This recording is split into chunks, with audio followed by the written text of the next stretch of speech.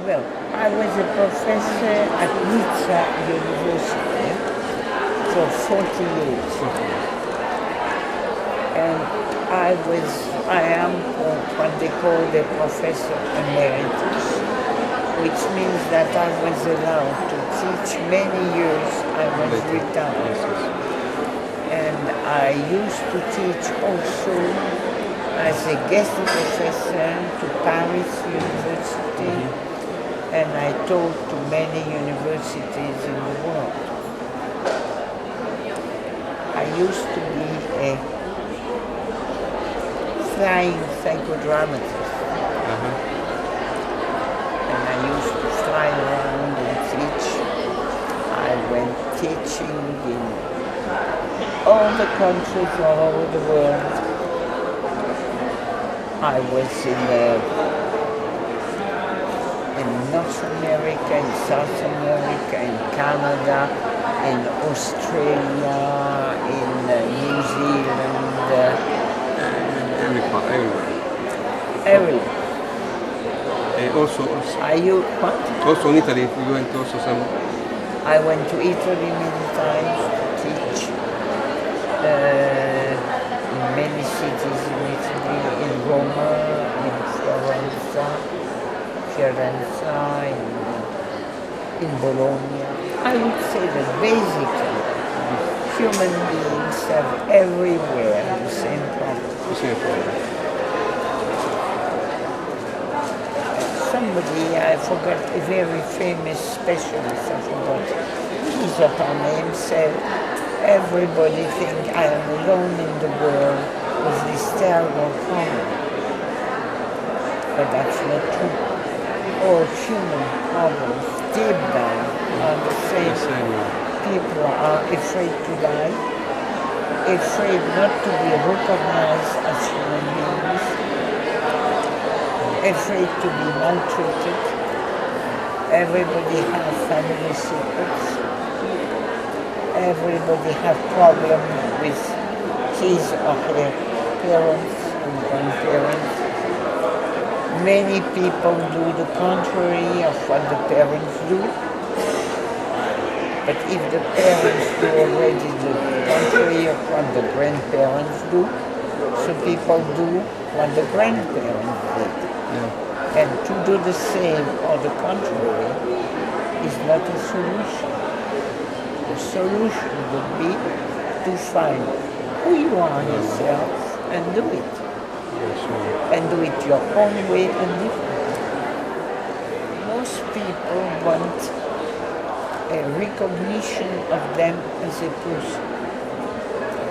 But you cannot be a person all the time. I'll give you an example.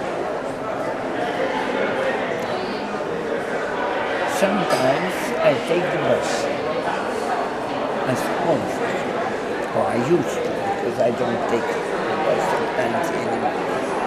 But if when you go up the bus, you say hello to the bus driver, how are you? How is your family? And if everybody does the same, the bus driver would not drive in time. So the bus driver has to accept to be a non-person in the role of bus driver. But you can be a non-person at some time if you are a person at another time. So people have to be recognized as human beings and not to be humiliated as a non-being all the time. Let's go to India. There are people who are called the untouchables. So you cannot speak to them, you cannot touch them because they are dirty. And they are dirty because they do the dirty jobs. They take care of the dead, they take care of the garbage, I don't know what else. But the untouchables with whom I spoke in India told me that at night many people came to them to sleep with them. But in the day, they would not be recognized. And to sleep with is I don't know if it is really a recognition of the person. It's using the untouchable for sexual use, not to recognize them as human beings. It's not easy to be recognized as a human being. I'll take another example. We all have been in congresses or meetings, and at sometimes in the meeting, a cleaning lady comes and take the garbage away, take the ashtrays away and bring back clean ones. But if we speak to her as a person all the time, she wouldn't be able to do her work, and we would not be able to go on with our work that we are supposed to do. So at some time, all of us have to accept, most of us have to accept to be a non-person. I'll take an example which struck me very much. I was in a congress and I was on the stage. And sometimes I was speaking and I felt like it, and sometimes I didn't and I felt like it. And I remember a moment when there was a question from the floor, and the question was, Anne, why don't you speak to me? And my answer was, I have nothing to do this morning. And the person said, when you don't speak,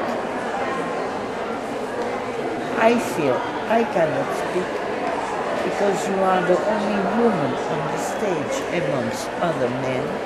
If you don't speak, women don't exist in the audience. I was flabbergasted. I was really flabbergasted because I didn't think I was the representative of all the women in the audience. They didn't let me be me. I was just used as a symbol. Well, 75. You want to make a comment?